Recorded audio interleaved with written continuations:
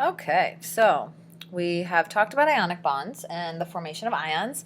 And up next is going to be metallic bonding, which, as it says on the slide, it's not ionic, it's not covalent, it's something kind of in between and a little different. So before we get into covalent bonding, which is going to be a little bit of a longer story, we'll hit metallic bonding before we go any further. So sort of a little description and sort of a half a definition here on this slide. The sea of electrons. This is what makes the metallic bond so special. As you can see both in the words and the picture, metals are made up of these positive cores. The positive core is made up of the nucleus, which has all the positive protons, as well as the core electrons. And additionally, then, there are the valence electrons. And so these little dots out here with the negative charge, and if you follow the paths, you can see that these valence electrons are apparently free to kind of move around a little bit, right? You can kind of see that? So there is an attraction between the electrons, the valence electrons that is, and the positive cores, and that's what actually is going to create the bond known as a metallic bond. But it's all this sea of electrons. So to give you an actual definition here of metallic bond, it reads as such: formed by attraction between, free floating, delocalized. So the word delocalized means that it doesn't have one set position, that it can actually move around. So attraction between free floating, delocalized valence electrons and the positively charged cores of metal atoms. And to give you an idea of what it kind of looks like, I do have this YouTube animation, so you can certainly visit it later. But I'll go ahead and kind of flip back over here and we can take a look. Definitely pause at any point if you would like to do this. But basically what you can see, and it'll get a little bit better here, you can see these blue things moving all over the place. And what's happening actually is they are the electrons. In fact, let me pause it really quick. So the positively charged cores, and then these blue things that are moving all over the place, again, are the electrons. So just to go back a step here, we'll let those keep flowing so you can kind of see how they're working. Hold on, I want them to be random. Give me the random part. There we go. So you can see the blue just moving randomly all over the place. And you can certainly pause the video to read what's below there. So what they're going to do now is they're going to put a magnetic field, and you can see that the positive side is actually pulling electrons towards it and away from the negative side, which should make sense because the blue balls are electrons and they're negatively charged. So in this metallic bonding that you're seeing here, again, you can see the random motion of this sea of electrons, but it's holding together the actual atoms, which is pretty cool. So that's that. Pretty nifty, eh? I thought so too. Okay, so to go back, we have, again, our delocalized valence electrons that are moving around the positively charged cores. And we have a couple of consequences of metallic bonding. Makes it sound like they did something wrong. But it's basically about metal behavior. So because of metallic bonding, metals behave in a very different way than a lot of other chemicals do. So for instance, metals are ductile and malleable. Hopefully you remember those words and definitions. Ductile means to be drawn into wires, and malleable means to be hammered into sheets. And that's because you have this sea of electrons that still holds everything together. So you can press or stretch some of these atoms, and the electrons will actually still be able to maintain the bond in between the different atoms. So the sea of electrons, as it says there, can rearrange quickly. Number two, they have high electrical conductivities. I think you know that metals conduct electricity. And this is, again, if you recall the animation that I just showed you, it's all based on the fact that these electrons move towards a positive and away from a negative. So again, we can see that that is actually electrical conductivity. And then heat conductivity is the third one. It says because thermal motion can easily be carried by electrons within an excited state. Basically what you do when you heat something is you cause it to move. Well, these electrons are already moving. So it becomes very easy then to create more motion, and then it can conduct heat from the left side to the right side or vice versa. So the reason for the properties that you see on this slide are all based on the actual bond itself and the fact that you do have this mobile sea of electrons. So something else with metals that's kind of interesting is something called an alloy.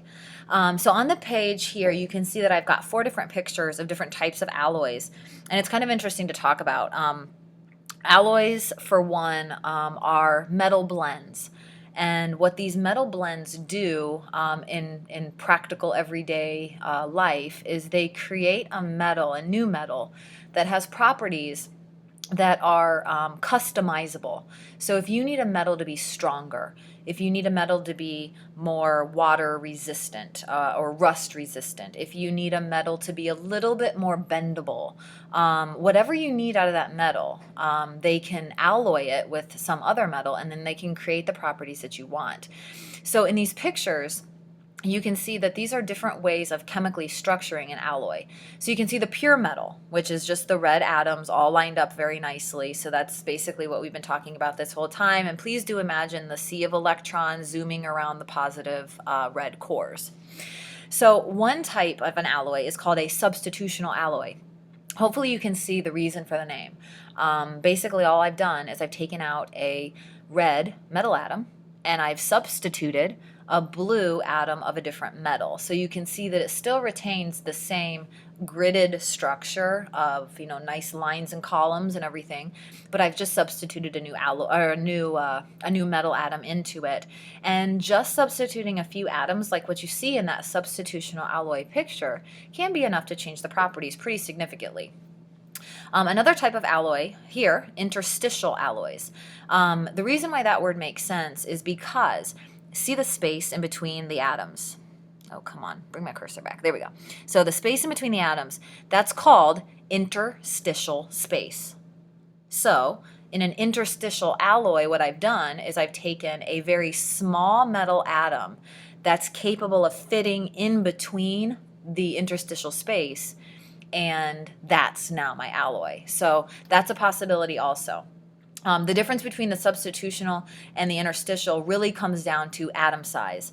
In a substitutional alloy, you're going to have a relatively similarly sized atom as your original metal component. But in the interstitial alloy, you're going to have a much smaller atom in comparison to the original metal that you were working with.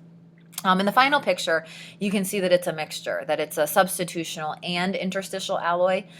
And again, what you would make for the alloy is completely dependent on what you would request.